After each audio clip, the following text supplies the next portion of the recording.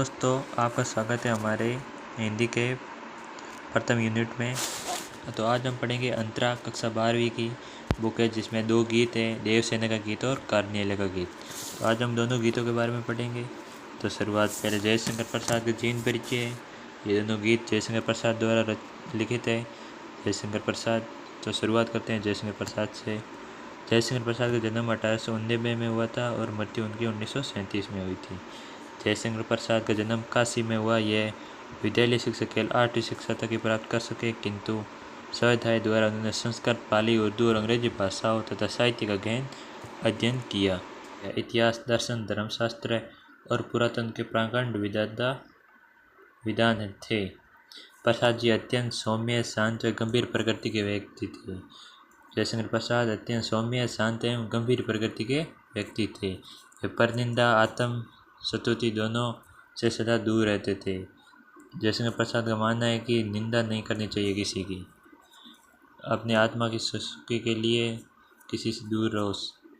वे बहुमुखी प्रतिमा के धनी थे। मूलतः वे कवि थे, लेकिन उन्होंने नाटक, उपन्यास, कहानी, निबंध आदि अनेक साहित्य विधानों को उच्च कोटि की रचनाओं को सर्जन किया है। जयशंकर प्रसाद एक कवि थे, लेकिन उन्होंने नाटक, उपन्यास, कहानी, निबंध कई ऐसे साहित्यिक विधान थे जिन्होंने उन्होंने रचनाओं का सृजन किया है।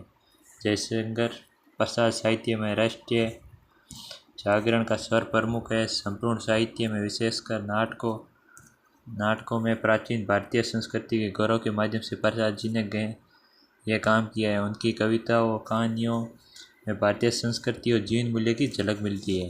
प्रसाद ने कविता के साथ नाटक, उपन्यास, कहानी संग्रह, निबंध आदि विधाओं का लेखन कार्य किया है। इनकी प्रमुख रचनाएं अजातशत्रु, स्कंदगुप्त, ये रचनाएं इनकी आपकी तैयारी अच्छी रहेगी, इसीलिए नोट्स बना के लिख देना, ठीक है। अजातशत्रु, स्कंदगुप्त, चंद्रगुप्त, राजश्री, ध्रुवशामिनी, ये थे इनके नाटक। इनके अपूर्ण उपन्यास थे कंकाल, तितली और इरावती। एग्जाम में पूछे जाएंगे, ये रचना इम्पोर्टेंट है। नाटक क्या था? ध्रुवशामिनी जयशंकर प्रसाद का नाटक था, उपन्यास था, क्या था उसमें? नाटक ये थे और अपूर्ण उपन्यास थे कंकाल, तितली और इरावती। और आंधी, इंद्रजाल, साया, प्रतिनिधि और आकाशदीप कहानी संग्रह थे। इन कहानी संग्रह में ये थे आंधी, इंद्रजाल, साया, प्रतिनिधि। काव्य और कला तथा अन्य निबंध संग्रह में थे झरना, आंसू, लहर, कामयानी, कानन, कुसुम और प्रेम प्रतीक, ये इनकी कविताएं थी, ठीक है। एग्जाम में 1 लाइनर एग्जाम पूछा जाएगा, जिसमें आपको ये रचनाएं पूछी जाएगी और आपको उसका जवाब देना पड़ेगा। हमने पढ़ा था जीवन परिचय जयशंकर प्रसाद का। अभी हम पढ़ेंगे पाठ परिचय, देवसेना का गीत और कार्नियल का गीत। तो सर्वप्रथम पढ़ते हैं देवसेना गीत का पाठ परिचय। देवसेना का गीत प्रसाद के स्कंदगुप्त नाटक से लिया गया है। देवसेना मालवा के राजा बंधु वर्मा की बहन है। हुणों के आक्रमण से आर्यवर्त संकट में है।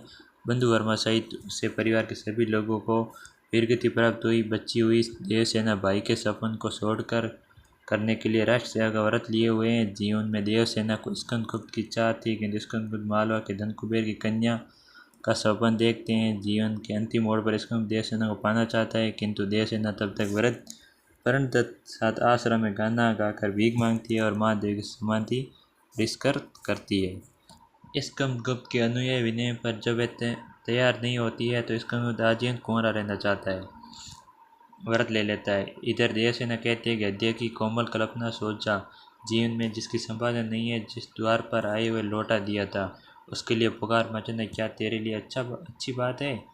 देवसेना स्कंदगुप्त से कहती है कि जब मैं तुम्हारे दरवाजे पर तुमसे शादी करने को आई थी, तुमने ना दे दिया, लेकिन आज आए हो तो उसका क्या भाव? आज जीवन के भावी सुख, आशा और आकांक्षा सबसे मैं विदा लेती हूँ। मैंने मोह माया से त्याग चुकी हूँ। तब वे गीत गाती है, आहा वेदना मिली विदाई। देवसेना का गीत कविता में देवसेना अपने जीवन को दृष्टिपात करते हुए अपने अनुभवों में अर्जित वेदनामय क्षणों को याद कर रही है। जीवन में इस मोड़ पर अर्थात जीवन संध्या की बेला में वे अपने यौवन के क्रियाकलापों को याद कर रही है। यह जवानी में कैसी दिखती थी और वह स्कंदगुप्त से प्यार करती थी, लेकिन स्कंदगुप्त ने उसे ठुकरा दिया।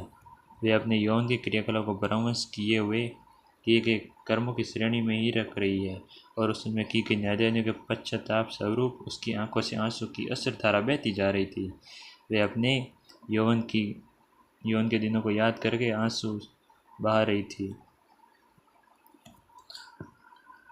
वह अपने आसपास उसे सबकी प्यासी निगाह ही दिखाई पड़ती है और वह स्वयं को इनसे बचाने की कोशिश करते हैं। फिर भी उसके जीवन की पूंजी है, सारी कमाई है, वह उसे बचा नहीं सकी। उससे यही विडम्बना है, यही वेदना है। प्रलय स्वयं देवसेना के जीवन रथ पर सवार है। वे अपनी द्रुतमान दुर्बलताओं और हारने की निश्चितता के बावजूद प्रलय से लोहा लेती रही। गीत के शिल्प में रची गई कविता वेदना के क्षणों में मनुष्य और प्रकृति के संबंधों को भी व्यक्त करती चली गई।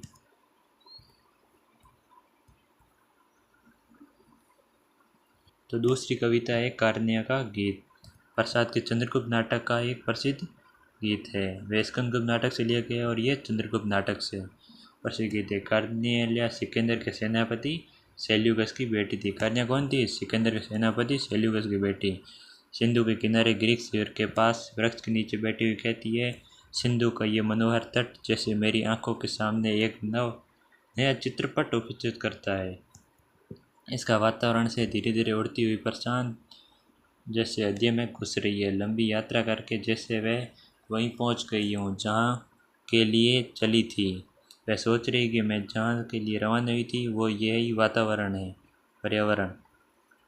यह कितना निसर्ग सुंदर है, कितना रमणीय है। रमणीय यानी खेलने योग्य, सुंदर। हाँ, वे आज भी भारतीय संगीत का पाठ देखूं भूल तो नहीं गई, पर वह ये गीत गाती है, अरुण यह मधुमेह देश मेरा। इस गीत में हमारे देश की गौरव गाथा तथा प्राकृतिक सौंदर्य को भारतवर्ष की श्रेष्ठता की पहचान के रूप में प्रस्तुत किया गया है। पक्षी भी अपने प्यारे घोंसले की कल्पना करे जिस पर उड़ान हुई है। भारत प्यारा भारतवर्ष है। अनजान को भी सहारा देता है ये देश, और लहरों को भी किनारा देना हमारे देश की विशेषता है। यही मायने है कि भारत देश की यही पहचान है। तो आज के लिए इतना ही। कवि परिचय हो गया और पाठ परिचय हो गया देवसेना का गीत और कार्निया गीत का। तो चैनल को सब्सक्राइब कर देना और कल हम पढ़ेंगे देवसेना गीत व्याख्या सहित।